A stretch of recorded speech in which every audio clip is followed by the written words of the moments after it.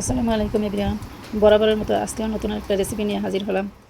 বিশেষ করে যারা নতুন তাদের জন্য এই রেসিপিটা।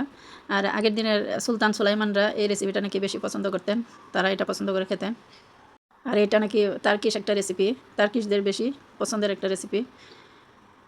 পর্দা বিরিয়ানি খুবই সহজ, ঘরোয়া মশলা দিয়েই তৈরি করে দেখাবো।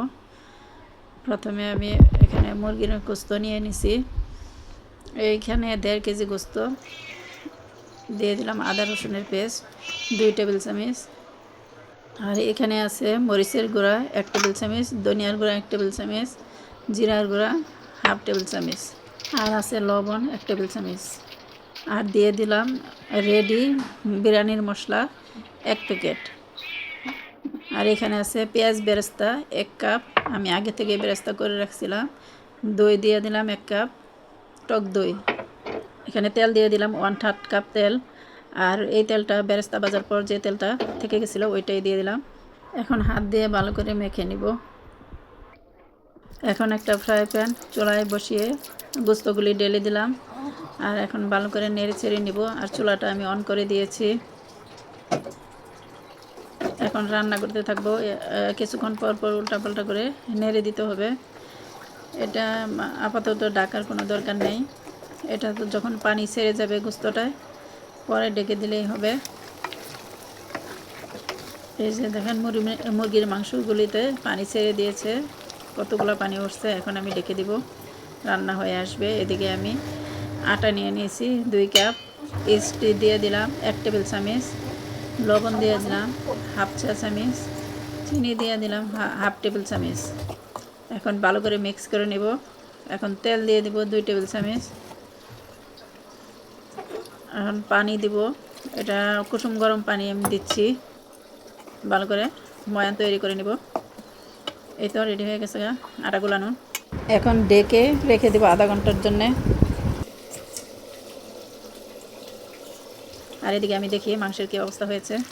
এই তো দেখেন গোস্তটা হয়ে আসছে, মানে মুরগির মাংসটা রান্না করা হয়ে গেছে। এখন আমি চুলাটা অফ করে দেব।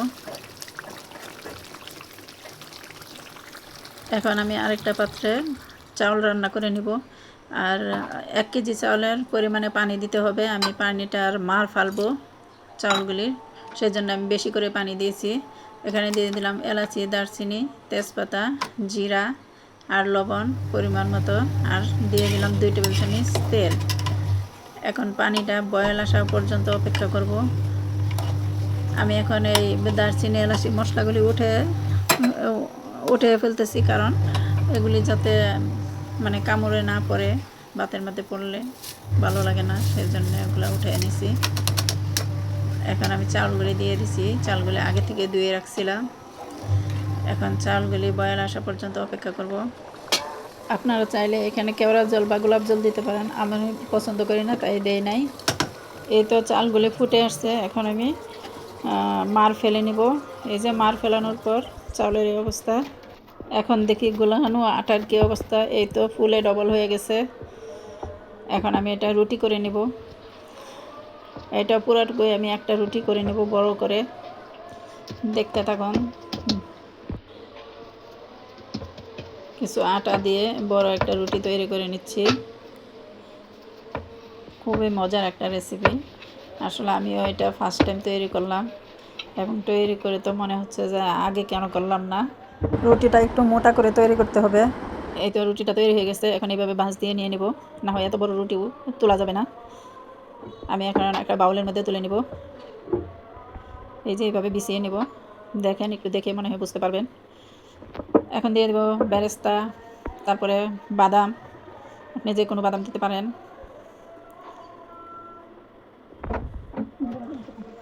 এখন রাইস দিয়ে দিব। রাইস দেওয়ার পরে এখন দিয়ে দেব চিকেন, যে সে রান্না করা চিকেন। এইভাবে স্টেপ বাই স্টেপ দিতে হবে। রাইসগুলো কিন্তু খুব সুন্দর জর্জরি হয়েছে। এই তো রাইস দেওয়ার পরে এখন চিকেন দিয়ে দিচ্ছি।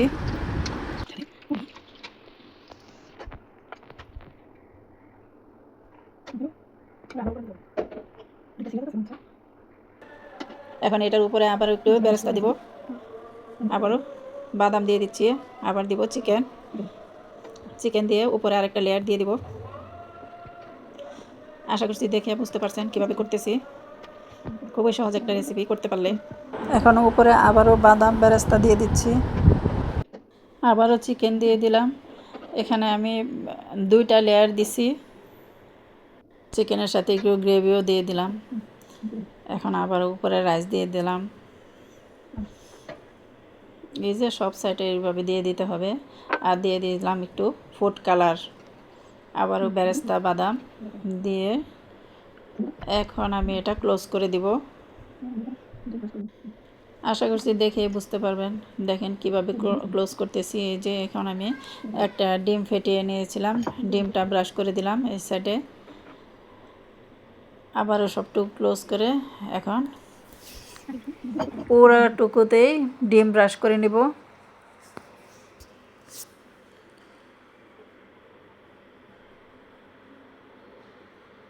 ডিম ব্রাশ করে এখন আমি একটা ট্রেতে নিয়ে নিব পর্দা বিরিয়ানিটা। ট্রেতে নিয়ে আমি ওভেনে দিয়ে দিব। ট্রেতে নেওয়ার পরে আবার উল্টো দিকেও ডিম ব্রাশ করতে হবে। এই যে ট্রেতে নিয়ে নিচ্ছি। এটা খুবই সাবধানে এই কাজটা করতে হবে। এই যে দেখেন আমারটা ফেটেও গেছিলো, ফেটে গেলেও সমস্যা নাই, এটা ক্লোজ করা যায়। এই যে যখন ডিম ব্রাশ করলাম তখন ক্লোজ হয়ে গেছে। এখন আমি ওভেনে দিয়ে দিছি 180 ডিগ্রি টেম্পারেচারে 20 মিনিটের জন্যে। এই তো 20 মিনিট পর বের করে নিয়ে আসলাম। রেডি হয়ে গেছে পর্দা বিরিয়ানি। খুবই সুস্বাদু, খুবই টেস্টি একটা বিরিয়ানি। আর কি ঘ্রাণ যে, খুবই সুন্দর একটা অ্যারোমা বের হয়েছে। এই যে দেখেন কতই না মজার। এটা আগের দিনে সুলতান সুলাইমানরা নাকি খুব পছন্দ করে খেতেন, রাজা বাদশাদের খাবার। আশা করছি আপনাদের ভালো লাগবে। আর ভালো লাগলে অবশ্যই তৈরি করে খাবেন আর আমাকে একটা কমেন্ট করে বলবেন কেমন হয়েছে। সাথে একটা লাইক ও শেয়ার দিতে ভুলবেন না। ইনশাল্লাহ আবার নতুন কোনো রেসিপি নিয়ে আসবো আপনাদের পছন্দের।